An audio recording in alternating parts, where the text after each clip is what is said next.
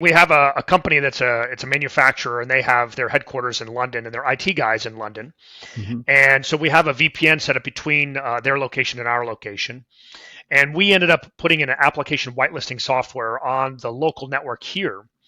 And this was a couple years back, but the that location in London got hit with some ransomware, and it hit that part of the network. And as it was trying to propagate across over the pond to our network that we were managing, it got blocked, and our software wouldn't allow it to run.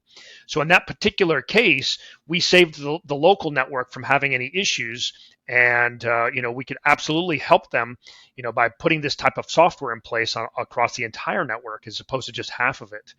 But those types of cybersecurity instances are very helpful, because if the local IT guy is maybe just IT and not really versed in cybersecurity, he might know how to handle some minor antivirus or anti-spam solutions.